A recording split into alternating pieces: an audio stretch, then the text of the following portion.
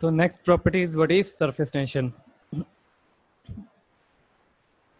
Surface tension is the property of a liquid at rest by virtue of which the free surface of liquid behaves like a stretched membrane which is capable to resist a slight amount of tension. Surface tension is caused by the force of cohesion between the molecules at the free surface of liquid. Units are Newton per meter.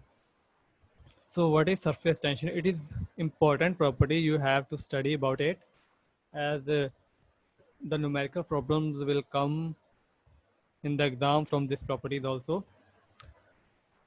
The cohesion, adhesion and vapor pressure are just for explanation purpose, that are for theory purpose. There is no numerical form that part, that properties of liquid, but you will get numerical problem. You have to study the numerical problem for surface tension. Clear? तो simple language में surface tension क्या होती है कि जो ये free surface है, I think most of you know what is free surface. ये जो रेड लाइन में शो कर रहा हूँ, ठीक है, ये फ्री सरफेस है सारी, ये सारी क्या है, free surface. Clear? This is free surface जो लिक्विड, किसी भी लिक्विड को बाहर बाहर के एनवायरनमेंट से डिफ्रेंशिएट करती है. So this is free surface. So इस सरफेस पे क्या होता है कि मे बी आपने यूट्यूब पे वीडियो देखी हो जहाँ किसी ने शायद ट्राई करके देखा हो. ये अगर इस पे मैं कोई एक छोटा सा सिक्का रखूँगा ना, 50 पैसे का या 25 पैसे का, आराम से, नॉट विग्रसली, ऐसे मतलब फेंकना नहीं है, आराम से इस पे अगर 50 पैसे का आप सिक्का रखोगे, still water, on not on flowing water, still water, water should be still, it should be very still, then that coin will float, that will not sink down, वो float करेगा.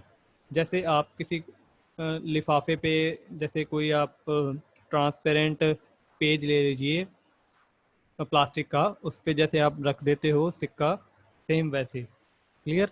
मतलब डिफरेंस क्या है कि ट्रांसपेरेंट पेपर पे अगर आप मतलब जोर से भी सिक्का मारोगे तो भी वो रेजिस्ट कर लेगा, तो भी वो उसमें डिप नहीं करेगा, बट वाटर में डिप कर जाएगा. तो that's why hair return a slight amount of tension hair, resist a slight amount of tension, I underlining with the red color.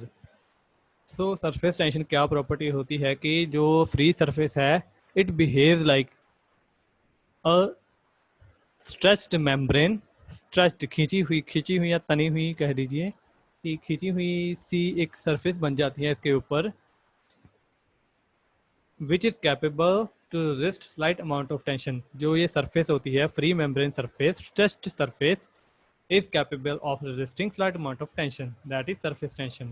So surface पे जो tension होती है, that is surface tension. Clear? ये क्यों होती है? This is because of the force of cohesion between the molecules at free surface of liquid. जो free surface पे liquid हैं, उनकी आपस की जो cohesion है, उसकी वजह से ये surface tension होती है. So to elaborate it, let us consider this container filled with liquid, and let us consider these three molecules. One is P, second is Q, third is R. So what is difference between these molecules? First of all, I think you all are clear what is this. These dotted lines are any liquid. These dotted lines are any liquid, and these are filled in. This liquid is filled in a contain. This liquid is filled in a container. So I am considering three molecules. One is fully dipped in water or a liquid. Another is Q, which is partially dipped, like it is near to the surface, free surface. And third R is on the surface. Clear? अब जो P molecule है मेरा, इसके चारों तरफ से force of attraction लग रही है, दैट इज कोहेजन. ठीक है, 3D में भी जो आप स्क्रीन देख रहे हैं, इसके परपेंडिकुलर भी, इसकी मतलब आपकी स्क्रीन की तरफ भी और स्क्रीन के अंदर भी. मतलब आप इस P के अराउंड, इस P मॉलिक्यूल के अराउंड एक बॉल कंसिडर कर लीजिए, बबल कंसिडर कर लीजिए, स्फेरिकल, स्फेरिकल शेप का, तो उस शेप में इस मॉलिक्यूल के फोर्स लग रही है। क्लियर? सो अल्टीमेटली आप देख सकते हैं कि अगर इसके लेफ्ट साइड में कोई फोर्स लग रही है तो इसके राइट साइड में भी एक फोर्स लग रही है। अगर अपर साइड कोई फोर्स है तो डाउन साइड भी फोर्स है। अगर इंक्लाइंड फोर्स है कोई भी किसी भी एंगल पे, तो उसकी भी ऑपोजिट साइड पे भी कोई एक फोर्स है। तो व्हाट आई वांट टू से यू दैट कि कोई भी अगर मॉलिक्यूल फुली डिप्ड है वाटर में, तो मे बी आपके दिमाग में डाउट आ रहा होगा कि ये सर्कल इतना छोटा ही क्यों है, क्यों मैंने ये सर्कल मतलब बहुत बड़ा क्यों नहीं ले लिया या इससे छोटा क्यों नहीं ले लिया। तो होता क्या है, व्हाट आई वांट टू से, कि अगर कोई भी मॉलिक्यूल है, उसके साथ वाला अगर कोई मॉलिक्यूल है, let me explain you with diagram.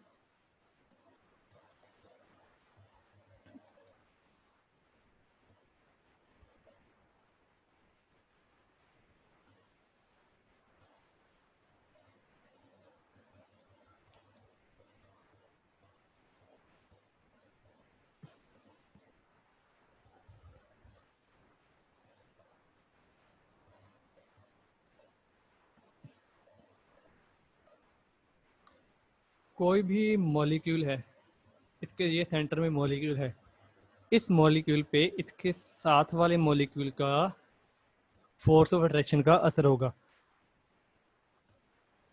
Let me use a different colour.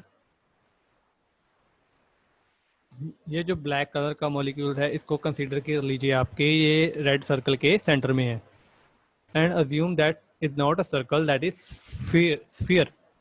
Clear? So ये जो